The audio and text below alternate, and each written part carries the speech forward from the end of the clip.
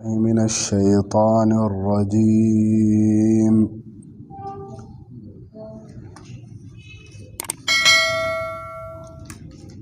يعلم ما بين أيديهم وما خلفهم ولا يحيطون بشيء من علمه إلا بما شاء. اللہ جانتا ہے جو ان کے آگے ہے اور جو ان کے پیچھے ہے.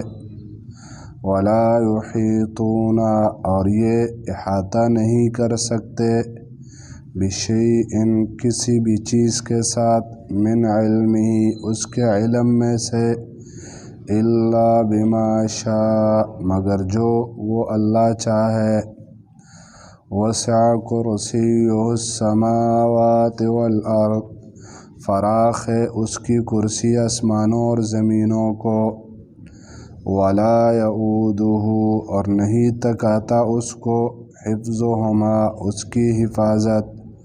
وہو العلی العظیم اور وہ اللہ بلند اور بہت بڑا ہے.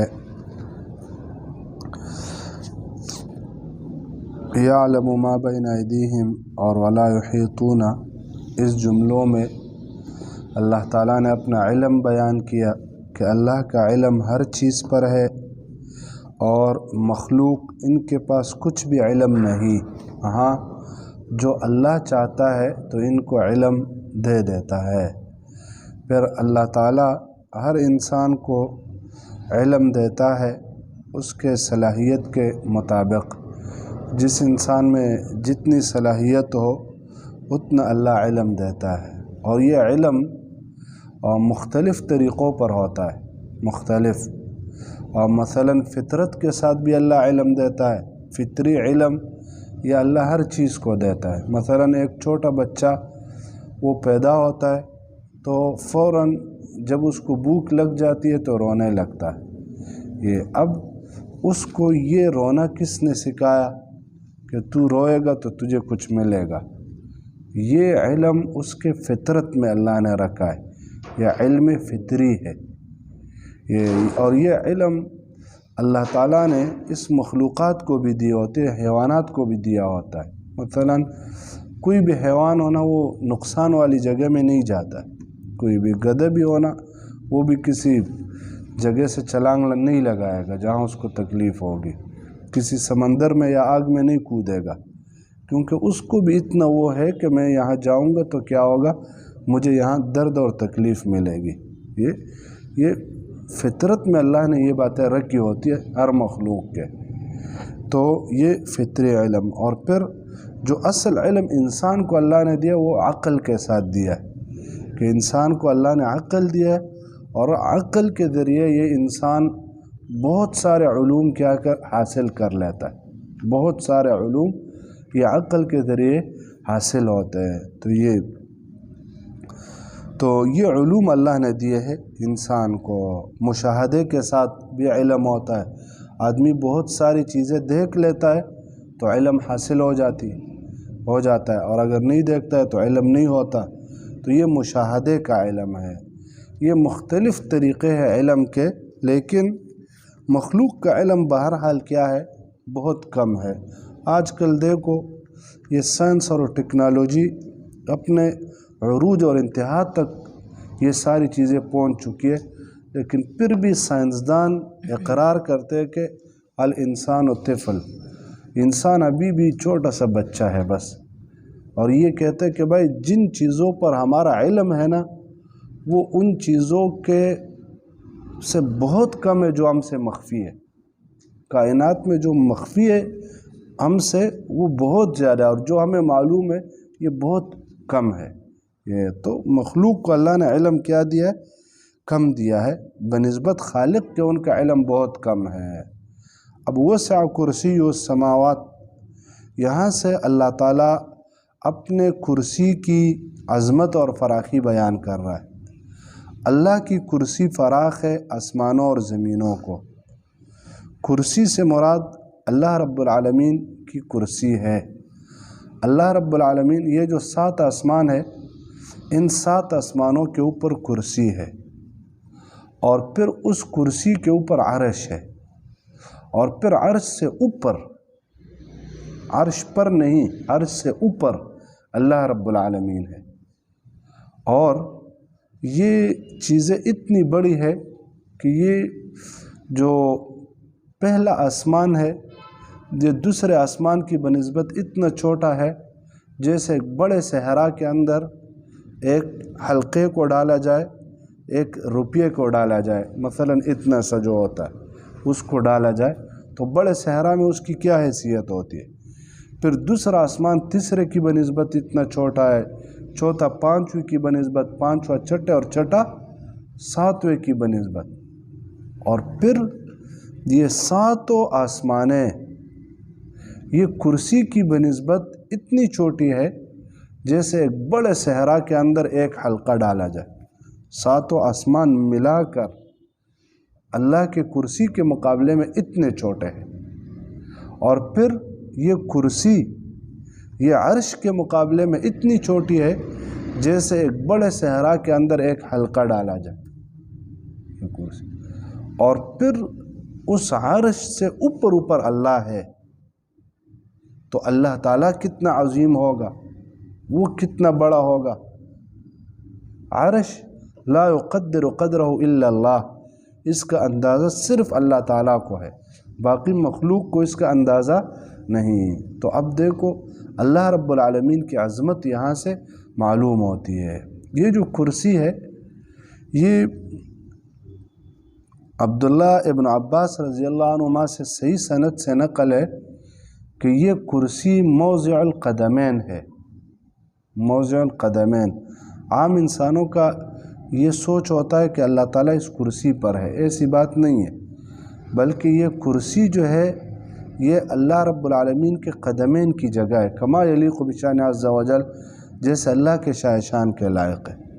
اور اللہ تعالیٰ عرش پر ہے تو عرش پر بھی ایسا نہیں ہے جیسے ہم لوگ کسی چیز پر بیٹھے ہوئے ہوتے ہیں، اس طرح اللہ کے بارے میں کہنا یہ جائز نہیں ہوتا ہے۔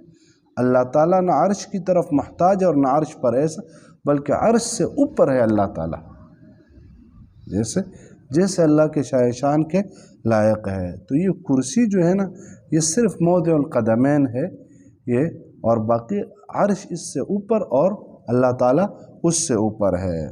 ہاں بعض لوگ کہتے ہیں کہ قیامت کے دن پر اللہ رب العالمین کا نزول ہوگا اس کی طرف، واللہ عالم، اللہ کو علم ہے ان باتوں کا، ان باتوں میں آدمی زیادہ نہیں بول سکتا کچھ۔ یہ تو اللہ کی کرسی ہے اور اللہ تعالیٰ اس کی عظمت اور بڑائی کو اور تمام باتوں کو جانتا ہے، ہمیں بس صرف یہ تھوڑا بہت علم ہے اس کے بارے میں۔ بعض لوگ کہتے ہیں کہ اللہ کے لیے کرسی نہیں ہے، اور اس کرسی سے مراد علم ہے، اور معنی یہ کہ وسع کرسی السماوات والارض، اللہ کا علم فراخ ہے آسمانوں اور زمینوں کو۔ یہ تعویل کمزور تعویل ہے۔ بعض لوگ کہتے ہیں کہ کرسی سے مراد بعینہ ہی عرش ہے، عرش مراد ہے، یہ کرسی اور عرش ایک چیز ہے، لیکن یہ معنی بھی کیا ہے، کمزور ہے۔ نہیں، عرش الگ ہے اور کرسی کیا ہے، الگ ہے، جیسے کہ اس آیات سے اور حدیثوں سے بھی یہ بات معلوم ہوتی ہے۔ تو یہ دونوں الگ الگ چیزیں ہیں۔ اللہ کی کرسی یہ فراخ ہے آسمانوں اور زمینوں کو، یعنی اس سے بہت بڑی ہے۔ ولا یعود حفظہما، اور اللہ کو نہیں تکاتا اس کی حفاظت۔ عاد یعود اس کا معنی یہ ہوتا ہے کہ آدمی اس نے کوئی چیز اٹھایا ہو لیکن وہ اس پہ باری ہو جائے، اور باری ہونے کی وجہ سے وہ چیز اس سے ٹیڑھی ہو جائے، تو اس کو کہا جاتا ہے۔ مثلا جو چیز آدمی پہ باری ہوتی ہے تو ٹیڑھی ہو جاتی ہے انسان سے، تو ایسا نہیں ہے کہ اللہ تعالیٰ پر جو ہے یہ کرسی یا آسمان اور زمین یہ اتنے باری ہو چکے ہو کہ اس کا انتظام اللہ سے نہیں سنبھالا جا رہا ہو، نہیں، بلکہ جب سے اللہ نے یہ کائنات پیدا کیے اللہ تعالیٰ ان سب چیزوں کے انتظام سنبھال رہا، اور کوئی نقصان نہیں ہے۔ اتنا بڑا آسمان یہ روکا ہوا ہے بغیر ستونوں کے، اور کوئی اللہ رب العالمین کو تھکاوٹ نہیں، اور نہ اس میں کسی قسم کی پریشانی ہے، اور نہ کوئی حیرانتیاں اور کوئی مسئلہ ہے، کچھ بھی نہیں، بس سب کچھ بالکل اپنے نظام سے اللہ تعالیٰ چلا رہا ہے۔ تو اللہ تھکاوٹ سے پاک ہے. تھکاوٹ اور انسان جیسے انسان تھک جاتا ہے یا کبھی جو ہے نا ایک کام کرتا ہے لیکن اس پر آدمی وہ ہو جاتا ہے یعنی پریشان سا ہو جاتا ہے ایک کام سے، تو اللہ تعالیٰ ان چیزوں سے پریشان بھی نہیں ہے کہ بھائی یہ کیوں اکتا جاتا ہے. ایسے اللہ تعالیٰ ان سے اکتایا بھی نہیں ہے ان سے. تو یہ عاد یعود کا معنی، تو اس کی حفاظت سے اللہ رب العالمین نہ تکلیف میں نہ اکتایا اس سے اور نہ کوئی پریشانی اللہ تعالیٰ کو. کیوں؟ اس لیے وہو العلی، اللہ تعالیٰ بلند ہے، بلند، اور العظیم بڑا ہے. بلند علو یہ اللہ کی صفت ہے کہ اللہ بلند. بلندی اللہ تعالیٰ کے لیے یہ 3 قسم پر ہے. ایک ہے علو ذاتی، دوسرا علو رتبی، اور تیسرا ہے علو قہری. یہ 3 قسمیں ہیں علو کی. علو ذاتی کا معنی کہ اللہ تعالیٰ ذات کے لحاظ سے بلند ہے ہر چیز سے.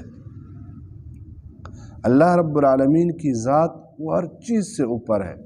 حدیث میں بھی آتا ہے انت ظاہر فلیس فوقک شیء، اے اللہ تو ظاہر ہے، تیرے اوپر کچھ نہیں ہے. جہاں اللہ ہے تو اللہ سے اوپر کچھ بھی نہیں ہے.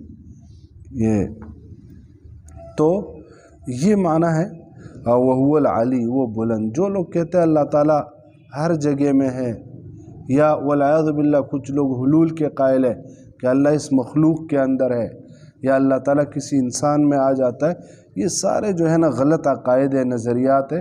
نہیں، مسلمانوں کا صحیح عقیدہ کہ اللہ اپنے ذات کے لحاظ سے مخلوق سے بالکل الگ تلگ ہے اور سب سے اوپر ہے. تو یہ علو ذاتی ہے. اور دوسرے نمبر پر علو رتبی.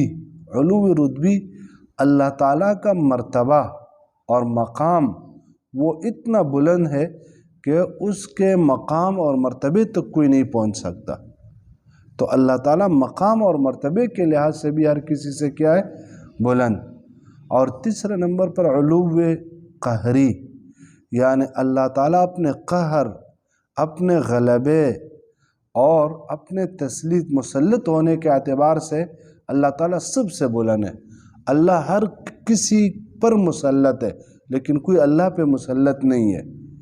اور اللہ رب العالمین کا جبر اور قہر یہ ہر کسی پہ ہے، لیکن اللہ پر کسی کا جبر، زور، زبردستی اللہ پر کسی کی نہیں چل سکتی.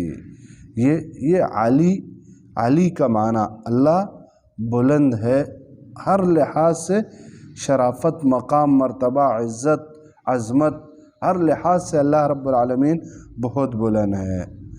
العظیم، اور اللہ بہت بڑے ہے. عظیم کا معنی اپنے ذات کے لحاظ سے اللہ تعالیٰ بہت بڑے ہے، ذات کے لحاظ سے. علو یہ تینوں معنوں میں ہو گیا، علو ذاتی، قہری، رتبی، تینوں ہو گیا. اور اللہ تعالیٰ کے لیے بلندی بھی ہے اور اس کے ساتھ عظمت بھی ہے اللہ تعالیٰ کے لیے. اللہ تعالیٰ بہت بڑے ہے. جیسے یہ پیچھے سے ثابت ہوا کہ یہ آسمان کرسی کے مقابلے میں اتنے چھوٹے، کرسی عرش کے مقابلے میں، اور یہ عرش جو ہے نا اللہ رب العالمین کے مقابلے میں چھوٹا. ایک حدیث میں آتا ہے کہ اللہ تعالیٰ عرش پر ہے، اور یہ عرش یہ اس کی ایسی آوازیں ہے جیسے ایک آدمی پالان پر بیٹھ جاتا ہے اور وہ باری ہو تو وہ پالان اس کی آوازیں نکلتی ہے.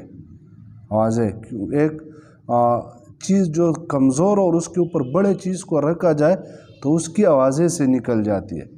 تو یہ عرش بھی اللہ رب العالمین کی عظمت اور بڑائی کی وجہ سے اس طرح ہے. یہ بات ایک حدیث میں آئی ہے. اور باقی اللہ کا عظمت وہ تو اتنا ہے کہ قیامت کے دن اللہ تعالیٰ ان 7 آسمانوں کو ایک ہاتھ میں اٹھا لے گا، 7 آسمانوں کو، اور 7 زمینوں کو ایک ہاتھ میں اٹھا لے گا. اور ایک یہودی نے کہا تھا کہ ان چیزوں کو ایک ایک انگلی پہ اللہ اٹھا دے گا، ان سمندروں کو ایک پہ، ان پہاڑوں کو، ان سب چیزوں کو اٹھا لے گا اور پھر ان کو